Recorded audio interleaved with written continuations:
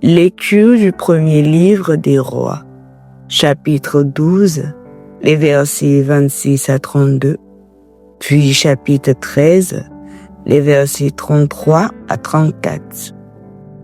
En ces jours-là, devenu roi des 10 tribus d'Israël, Jéroboam se dit: maintenant, le royaume risque fort de se rallier de nouveau à la maison de David. Si le peuple continue de monter à Jérusalem pour offrir des sacrifices dans la maison du Seigneur, le cœur de ce peuple reviendra vers son souverain, Roboam, roi de Juda, et l'on me tuera. Après avoir tenu conseil, Jéroboam fit fabriquer 2 veaux en or, et il déclara au peuple: voilà trop longtemps que vous montez à Jérusalem. Israël, voici tes dieux qui t'ont fait monter du pays d'Égypte. Il plaça l'un des 2 veaux à Béthel, l'autre à Dan, et ce fut un grand péché. Le peuple conduisit en procession celui qui allait à Dan. Jéroboam y établit un temple à la manière des liens sacrés.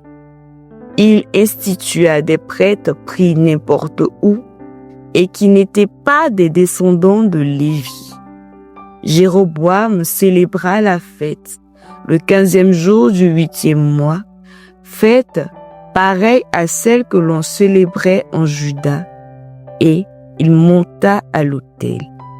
Il fit de même à Béthel en offrant des sacrifices aux veaux qu'il avait fabriqués.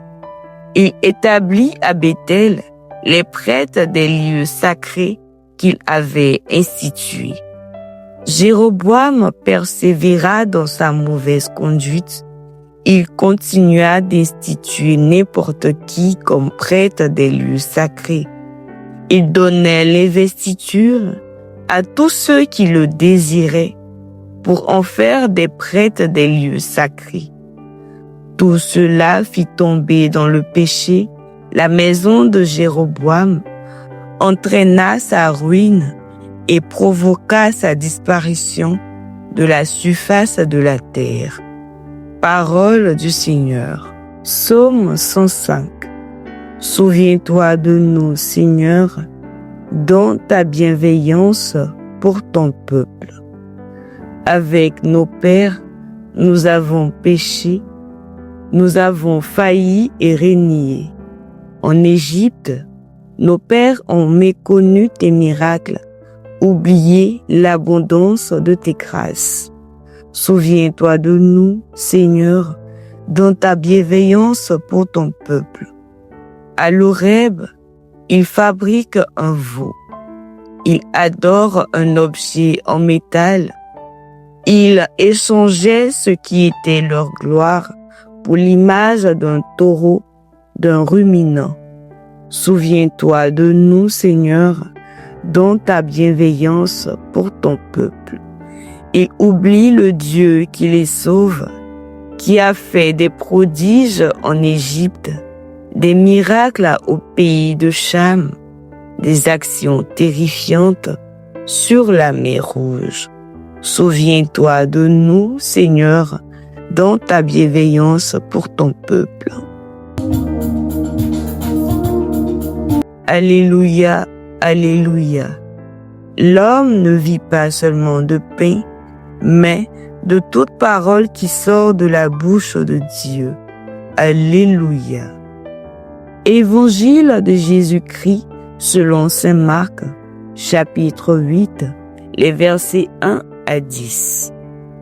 En ces jours-là, comme il y avait de nouveau une grande foule et que les gens n'avaient rien à manger, Jésus appelle à lui ses disciples et leur dit: j'ai de la compassion pour cette foule, car depuis 3 jours déjà, ils restent auprès de moi et n'ont rien à manger.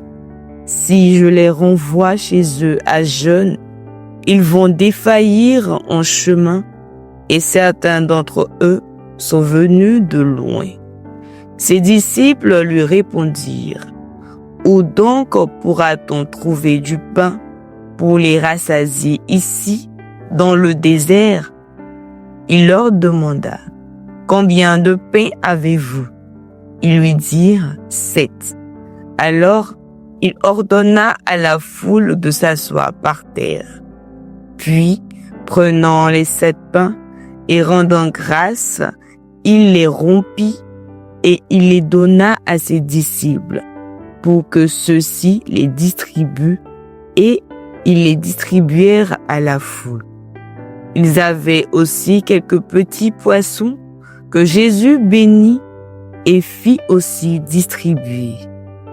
Les gens mangèrent et furent rassasiés. On ramassa les morceaux qui restaient. Cela faisait 7 corbeilles. Or, ils étaient environ 4000. Puis, Jésus les renvoya.